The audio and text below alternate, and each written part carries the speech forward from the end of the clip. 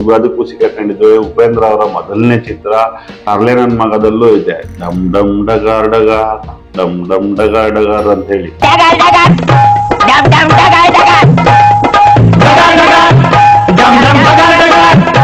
ಅವತ್ತು ಕೂಡ ಸಾಕಷ್ಟು ವಿರೋಧಗಳಾಗಿದ್ವು. ಟೈಮ್ ಬಾಂಬ್ ಅಂತ ಅನ್ನೋ ಒಂದು ಸಿನಿಮಾ ಬಂದಿತ್ತು, ಅದರಲ್ಲೂ ಈ ತರ ಏನು ಹಾಡುಗಳಲ್ಲಿ ಬಹಳ ವಿಚಿತ್ರವಾಗಿದ್ದು ಟೈಮ್ ಬಾಂಬ್ ಅಂತ. ಅದ್ರಲ್ಲೂ ಏನೋ ಮಾಡಿತ್ತು. ಆಮೇಲೆ ಮಾಲು ಪಾಲು ಅಂತ ಹಂಸಲೇಖ ಅವ್ರು ಬರ್ದಾಗೂ ಕೂಡ, ಹಂಸಲೇಖ ಅಂತ ಮಹಾನ್ ಸಾಹಿತಿ ಬರ್ದಾಗ್ಲೂ ಕೂಡ ವಿರೋಧಗಳಾಗಿದ್ದಾವೆ. ಅದು ಏ ಗಂಗು ಈ ಬೈಕು ಕಲಿಸಿಕೊಡ ನಂಗು ಇದ್ರಾಗಿಲ್ವಾ ಅಂತ.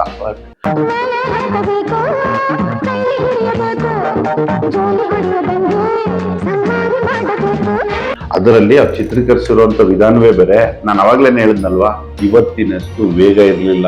ನೋಟ ತುಟಿಯಲ್ಲಿ ಅವನಾಟ ನಡುವಲಿ ಮಿಂಚು ಮೈಯಲ್ಲಿ ಹಿತವಾದ ನೋವಲಿ ಅವನ ಸೇರಿದೆ ಅಂದ್ರೆ ಅವಾಗ ಮೇಲ್ ಸಿಂಗರ್ ಬರುತ್ತೆ, ವಾಯ್ಸ್ ಅಣ್ಣವ್ರದ್ದು ಬರ್ತದೆ. ನೀ ಸ್ವರ್ಗವ ತೋರಿದೆ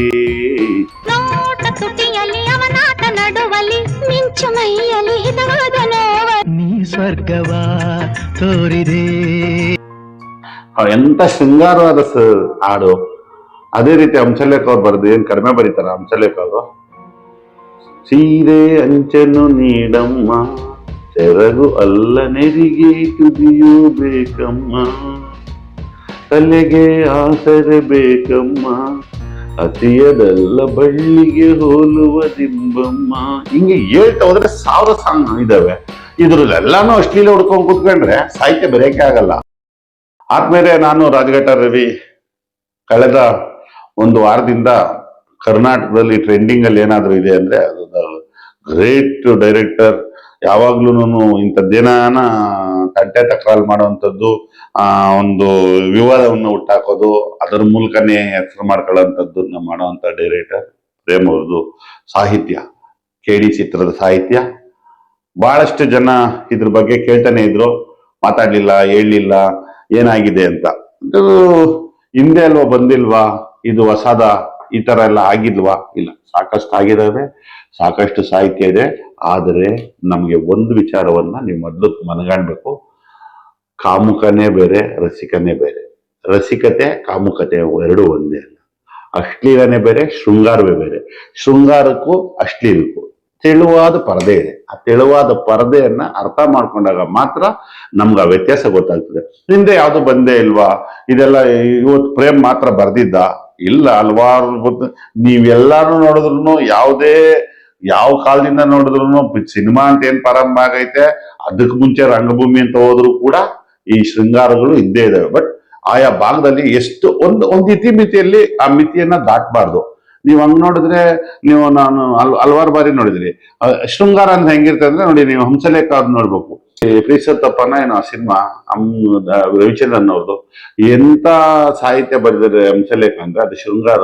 ಚಂದಮಾಮನಿಂದ ಹೊಳಪನು ತಂದ, ಬಾಳೆ ದಿಂಡಿನಿಂದ ನುಣುಪನು ತಂದ, ಅಂದ ಚಂದ ಅಂದ ಚಂದ ಹೊರುವ ಕಂಬದ ಜೋಡಿಗೆ ಮಿಂಚಿರಿ ಎಂದ.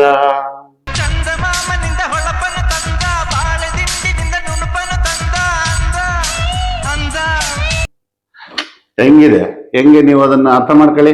ಅರ್ಥ ಮಾಡ್ತಾ ಹೋದ್ರೆ ಪ್ರೇಮ್ ಅವರೇ, ನೀವು ಇದನ್ನ ಅರ್ಥ ಮಾಡ್ಕೋಬೇಕು. ಹಿಂದೆ ರಾಜಣ್ಣವ್ರದ್ದೇನ್ ಕಡಿಮೆ ಇದೆಯಾ?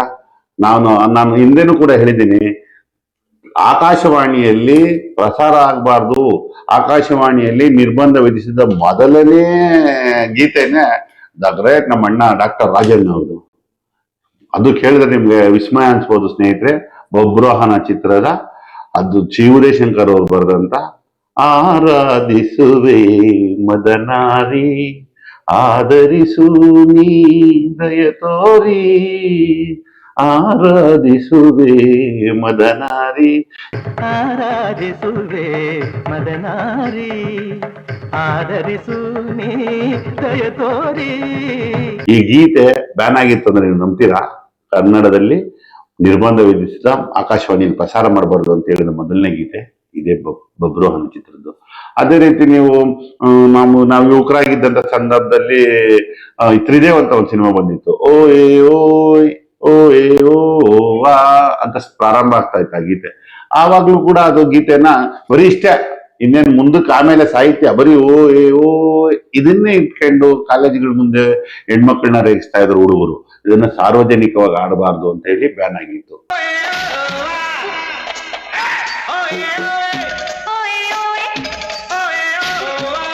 ಅದೇ ರೀತಿ ಬಾಬಾ ಸಾಹೇಬ್ ಅಲ್ದಿರ್ಬೋದು ಬಹುಶಃ ಅದು, ಸೆಕ್ಸಿ ಸೆಕ್ಸಿ ಸೆಕ್ಸಿ ಮುಜೆ ಲೋಗ್ ಬೋಲೆ ಹಾಯ್ ಸೆಕ್ಸಿ ಎಲ್ಲೋ ಸೆಕ್ಸಿ ಕ್ಯೂ ಬೋಲೆ ಅಂತ ಒಂದು ಹಾಡು ಬಂದಿತ್ತು.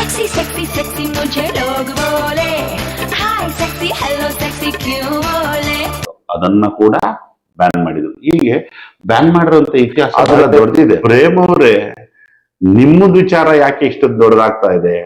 ಯಾಕೆ ಪ್ರೇಮ್ ಅವ್ರನ್ನ ಟಾರ್ಗೆಟ್ ಮಾಡ್ತಾ ಇದಾರೆ? ಯಾಕೆ ಅಂದ್ರೆ ಪ್ರೇಮ್ ಅವ್ರನ್ನ ಯಾರು ಈ ಮಟ್ಟದಲ್ಲಿ ಯೋಚನೆ ಮಾಡಲ್ಲ. ಪ್ರೇಮ್ ಅವ್ರನ್ನ ಕನ್ನಡಿಗರು ಅಲ್ಲಿಟ್ಟಿದ್ದಾರೆ. ಪ್ರೇಮ್ ಅವ್ರಿಂದ ಒಳ್ಳೊಳ್ಳೆ ಸಾಹಿತ್ಯ ಬಂದಿದೆ, ಒಳ್ಳೆ ಅದ್ಭುತವಾದ ಸಿನಿಮಾ ಎಕ್ಸ್ಕ್ಯೂಸ್ ಮಿ ಸಿನಿಮಾ ಮಾಡಿದ್ರಿ, ಕರಿಯಾ ಸಿನಿಮಾ ಮಾಡಿದ್ರಿ, ಎಲ್ಲರೂ ಮೆಚ್ಚುವಂತ ತಾಯಿ ಅದ್ಭುತವಾದ ಸೆಂಟಿಮೆಂಟ್ಗಳನ್ನ ಕೊಟ್ಟಂತದ್ದು ಜೋಗಿ ಸಿನಿಮಾ. ನಿಮ್ ಯಾರೇ ಮಗ ಇವತ್ತು ತಾಯಿ ಮಗ ಇರೋ ಭಾವಚಿತ್ರ ಏನಾದ್ರು ಹಾಕಿದ್ರೆ ಅದಕ್ಕೆ ನಿಮ್ಮಾಡೆ ಹುಡುಕ್ತಾರೆ ಕಣ್ರಿ. ಬೇಡುವನು ವರವನ್ನು ಕೊಡೆ ತಾಯಿ ಜನ್ಮವನು ಕಡೆ ತನಕ ಮರೆಯಲ್ಲ ಜೋಗಿ ಅಂತ ಹೇಳಿ. ವರವನ್ನು ಕೊಡೆ ತಾಯಿ ಜನ್ಮವನು ಕಡೆ ತನಕ ಮರೆಯಲ್ಲ ಜೋಗಿ ಬೇಕಾಗಿದ್ದ ನೀವು ಅದನ್ನು ಬಿಟ್ಬಿಟ್ಟು ನೀವು ಈ ತರ ಸಾಹಿತ್ಯ ಬರೆದು ನಾನು ಬರ್ದಿದ್ದೇ ಸರಿ. ರಕ್ಷಿತಾ ಮೇಡಮ್ ಅವರೇ, ನೀವ್ ಹೇಳ್ತೀರಿ ಹಿಂದೆ ಯಾರು ಬರ್ದಿಲ್ವಾ? ಹಿಂದೆ ಬೇಜಾನ್ ಜನ ತಿಂದಿದ್ದಾರೆ, ನೀವು ತಿಂತೀರಾ? ಹಿಂದೆ ಇನ್ನ ಕೆಟ್ಟ ಚಿತ್ರಗಳು ಮಾಡಿದ್ದಾರೆ, ನೀಲಿ ಚಿತ್ರಗಳೆಲ್ಲ ಮಾಡ್ತಾ ಇದ್ದಾರೆ. ಅದನ್ನೆಲ್ಲ ಮಾಡಕ್ ಆಗುತ್ತಾ ನಿಮ್ ಕೈಯಲ್ಲಿ? ಇದೆಲ್ಲ ಇಂಥವನ್ನೆಲ್ಲ ಸಮರ್ಥಿಸ್ಕೊಳಕ್ ಹೋಗ್ಬಾರ್ದು. ಆಗುತ್ತೆ, ಸಮಸ್ಯೆ ಆಗುತ್ತೆ, ತಪ್ಪಾಗುತ್ತೆ, ತಪ್ಪೆಲ್ಲಿಲ್ಲ. ಹಂಗ್ ನೋಡಿದ್ರೆ ಇನ್ನು ನೋಡಿ, ಯಾರನ್ನು ಈ ಹಲವಾರು ಕೇಳಿಲ್ಲ ಅಂದ್ರೆ ಯಾರನ್ನು ಅದನ್ನ ಬಿಡಲ್ಲ. ನೀವು ಕೇಳ್ಬೋದಿತ್ತು, ಅವರು ಮಾಡಿದ್ರು, ನಾವು ಅದನ್ನೇ ಮಾಡ್ಕೊಂಡು ಹೋಗ್ತೀವಿಲ್ಲ, ಇನ್ನ ಮುಂದುವರ್ಸೇನೋ ಮಾಡ್ತೀವಿ. ಹಂಗ್ ನೋಡ್ರೆ ರಾಜಣ್ಣ ಅವ್ರದ್ದು ಅದ್ಭುತವಾದ ಗೀತೆ, ಎಲ್ಲರೂ ಸಾಮಾನ್ಯವಾಗಿ ಆಡ್ಬಿಡ್ತಾರೆ, ಎಲ್ಲ ಬರ್ತದೆ, ಯಾರಿಗೂ ಬೇಸರ ಆಗಲ್ಲ, ನೋಡ್ತಾರೆ. ನೋಟ ತುಟಿಯಲ್ಲಿ ಅವನಾಟ ನಡುವಲಿ ಮಿಂಚು ಮೈಯಲ್ಲಿ ಹಿತವಾದ ನೋವಲಿ ಅವನ ಸೇರಿದೆ ಅಂದ್ರೆ ಅವಾಗ ಮೇಲ್ ಸಿಂಗರ್ ಬರುತ್ತೆ, ವಾಯ್ಸ್ ಅಣ್ಣವ್ರದ್ದು ಬರ್ತದೆ. ನೀ ಸ್ವರ್ಗವಾ ತೋರಿದೆ,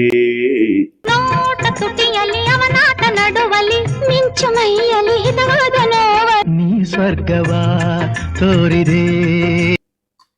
ಎಂತ ಶೃಂಗಾರವಾದ ಹಾಡು. ಅದೇ ರೀತಿ ಹಂಸಲೇಖ ಅವ್ರು ಬರೆದು, ಏನ್ ಕಡಿಮೆ ಬರೀತಾರ ಹಂಸಲೇಖ ಅವರು? ಸೀರೆ ಅಂಚನು ನೀಡಮ್ಮ, ಸೆರಗು ಅಲ್ಲ ನೆರಿಗೆ ತುದಿಯೂ ಬೇಕಮ್ಮ, ತಲೆಗೆ ಆಸರೆ ಬೇಕಮ್ಮ, ಅತಿಯದಲ್ಲ ಬಳ್ಳಿಗೆ ಹೋಲುವ ದಿಂಬಮ್ಮ. ಹಿಂಗೆ ಹೇಳ್ತಾ ಹೋದ್ರೆ 1000 ಸಾಂಗ್ ಇದಾವೆ. ಇದ್ರಲ್ಲೆಲ್ಲಾನು ಅಶ್ಲೀಲ ಹುಡ್ಕೊಂಡ್ ಕೂತ್ಕೊಂಡ್ರೆ ಸಾಹಿತ್ಯ ಬರೆಯಕ್ಕೆ ಆಗಲ್ಲ. ಆದರೆ ನೀವು ಬರೆದಿರೋ ಸಾಹಿತ್ಯ ಇದೆಯಲ್ಲ, ಇದು 100ಕ್ಕೆ 100 ಖಂಡನಾರ್ಹ.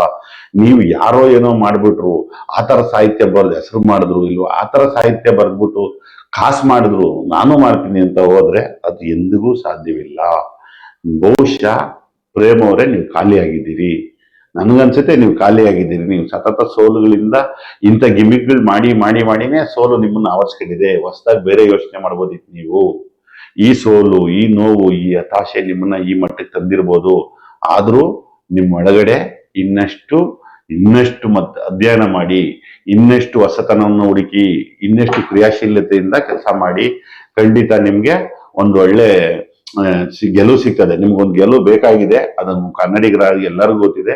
ಎಲ್ಲರೂ ನಿಮ್ಮನ್ನ ಯಾವತ್ತು ಯಾರು ನಿಮ್ಮನ್ನ ಗುರಿ ಮಾಡಿದ್ರು? ನಿಮ್ಮೆಲ್ಲಾ ಚಿತ್ರಗಳು ಕಾಸು ಕೊಟ್ಟು ಜನ ನೋಡಿದ್ದಾರೆ, ಕನ್ನಡಿಗರೆಲ್ಲ ನೋಡಿದ್ದಾರೆ. ಯಾರು ಏನು ಅವಮಾನ ಮಾಡಿಲ್ಲ ನಿಮ್ಗೆ. ನಿಮ್ಮನ್ನು ಗೌರವಿಸಿದ್ದಾರೆ, ಪ್ರೀತಿಸಿದ್ದಾರೆ, ಎಲ್ಲ ಮಾಡಿದ್ದಾರೆ. ಆದ್ರೆ ನೀವು ಇವತ್ತು ಈ ಮಟ್ಟದ ಸಾಹಿತ್ಯ ಬರೆದು ನನಗೆ 100 ಫಾತಿಹೆ ಬರ್ಲಿಲ್ಲ ನನ್ನ ಸಪೋರ್ಟ್ಗೆ, ಕನ್ನಡಿಗರು ಬರ್ಲಿಲ್ಲ ನನ್ನ ಸಪೋರ್ಟ್ಗೆ. ಯಾರಿಗಾದ್ರೂ ನೋವಾಗಿದ್ರೆ ಕ್ಷಮಿಸ್ರಿ. ಅಂದ್ರೆ ನಿಮಗ್ ನೋವಾಗ್ಲಿಲ್ವಾ? ನಿಮಗ್ ಸಾಮಾಜಿಕ ಜವಾಬ್ದಾರಿ ಇಲ್ವಾ? ಸಾಮಾಜಿಕ ಕಳಕಳಿ ಇಲ್ಲ? ಇನ್ನ ಕೆಲವ್ರು ಇದ್ದಾರೆ, ಅವ್ರಿಗೆ ಅದೇನ್ ತಲೆ ಒಳಗಡೆ ಅದೇನೇ ಇದೆಯೋ ಅವತ್ತು ವಿರೋಧಿಸ್ಲಿಲ್ಲ, ಇವತ್ತು ವಿರೋಧಿಸ್ಲಿಲ್ಲ, ಇದು ಮಾತ್ರ ವಿರೋಧಿಸ್ತಿಲ್ಲ. ಅಂದ್ರೆ ಯಾವತ್ತು ವಿರೋಧಿಸ್ಲೇಬಾರ್ದ? ಅವತ್ತೆಲ್ಲ ನೀವೇ ವಿರೋಧಿಸ್ರಿ. ಸರಿ ಕಾಣಿಸ್ತಿದ್ರೆ ಇದನ್ನ ವಿರೋಧಿಸಕ್ಕೆ ಯಾರಾದ್ರೆ ಏನೋ, ಇಂಥವ್ರೇ ವಿರೋಧಿಸ್ಬೇಕು ಅಂತ ಏನಾದ್ರೂ ಇದೆಯಾ?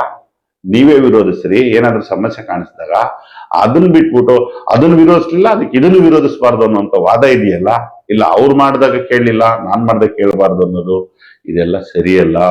ನೀವು ಶೃಂಗಾರಕ್ಕೂ ಮತ್ತೆ ಅಶ್ಲೀಲತೆಗೂ ವ್ಯತ್ಯಾಸವನ್ನ ಅರ್ಥಕೊಳ್ಳಿ. ಕಾಮುಕತೆನೇ ಬೇರೆ, ರಸಿಕತೆನೇ ಬೇರೆ.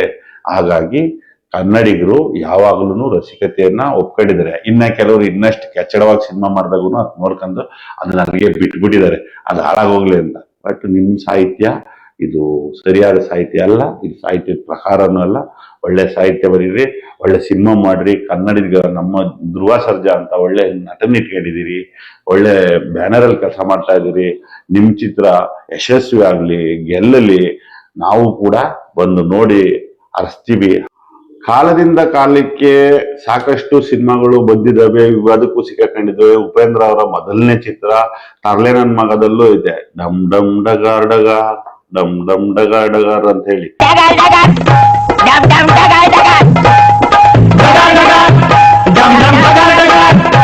ಅವತ್ತು ಕೂಡ ಸಾಕಷ್ಟು ವಿರೋಧಗಳಾಗಿದ್ವು, ಅವತ್ತಿಗೂ ಜನ ವಿರೋಧಿಸಿದ್ರು. ಅಂದ್ರೆ ಇವತ್ತಿನ ಸಾಮಾಜಿಕ ಜಾಲತಾಣ ಇದೆಯಲ್ಲ, ಇಷ್ಟು ಸಾಮಾಜಿಕ ಜಾಲತಾಣ ಅವತ್ತಿರ್ಲಿಲ್ಲ. ಜನ ಹೋಗಿ ಎಲ್ಲೋ ಖುದ್ದು ನೋಡ್ಬೇಕಾಗಿತ್ತು, ಅಂಗೈಯಲ್ಲಿ ಇರ್ಲಿಲ್ಲ ರೀ ಅವತ್ತು. ಜಗತ್ತು ತೆಗೆದು ನೋಡ್ತಿರ್ಲಿಲ್ಲ. ನಿಮ್ಮಂಗೆ ನೀವು ಆಡ್ಬಿಟ್ಟಿದ್ದು ಒಂದ್ ಗಂಟೆಗೆನೆ 1 ಲಕ್ಷ ವ್ಯೂಸ್ ಹೋಗ್ಬಿಟ್ಟಿರ್ತದೆ, ಇಲ್ಲ 10 ಲಕ್ಷ ಹೋಗ್ಬಿಟ್ಟಿರ್ತದೆ, 10 ಲಕ್ಷ ಜನ ನೋಡಿರ್ತಾರೆ. ಅವತ್ತಿನ ಜನಗಳನ್ನ ತಲುಪ್ತಾ ಇದ್ದಿದ್ದೇ ಬೇರೆ. ಟೈಮ್ ಬಾಂಬ್ ಅಂತ ಅನ್ನೋ ಒಂದು ಸಿನಿಮಾ ಬಂದಿತ್ತು, ಅದರಲ್ಲೂ ಈ ತರ ಏನು ಹಾಡುಗಳಲ್ಲಿ ಬಹಳ ವಿಚಿತ್ರವಾಗಿದ್ದು ಟೈಮ್ ಬಾಂಬ್ ಅಂತ. ಅದರಲ್ಲೂ ಏನೋ ಮಾಡಿತ್ತು. ಆಮೇಲೆ ಮಾಲು ಪಾಲು ಅಂತ ಹಂಸಲೇಖ ಅವ್ರು ಬರ್ದಾಗೂ ಕೂಡ, ಹಂಸಲೇಖ ಅಂತ ಮಹಾನ್ ಸಾಹಿತಿ ಬರ್ದಾಗ್ಲೂ ಕೂಡ ವಿರೋಧಗಳಾಗಿದ್ದಾವೆ. ಯಾರು ವಿರೋಧಿಸಿಲ್ಲ ಅನ್ಕೋಬಿಡಿ. ಇವತ್ತು ಯಾಕೆ ನಿಮ್ಗೆ ಇಷ್ಟು ದೊಡ್ಡ ವಿರೋಧ ಆಗ್ತೈತೆ? ಮೊನ್ನೆ ಯಾರೋ ಕೇಳ್ತಿದ್ರು, ಯಾವ್ದು ಏ ಗಂಗು ಈ ಬೈಕು ಕಲಿಸಿಕೊಡ ನಂಗು ಇದ್ರಾಗಿಲ್ವಾ ಅಂತ. ಬಟ್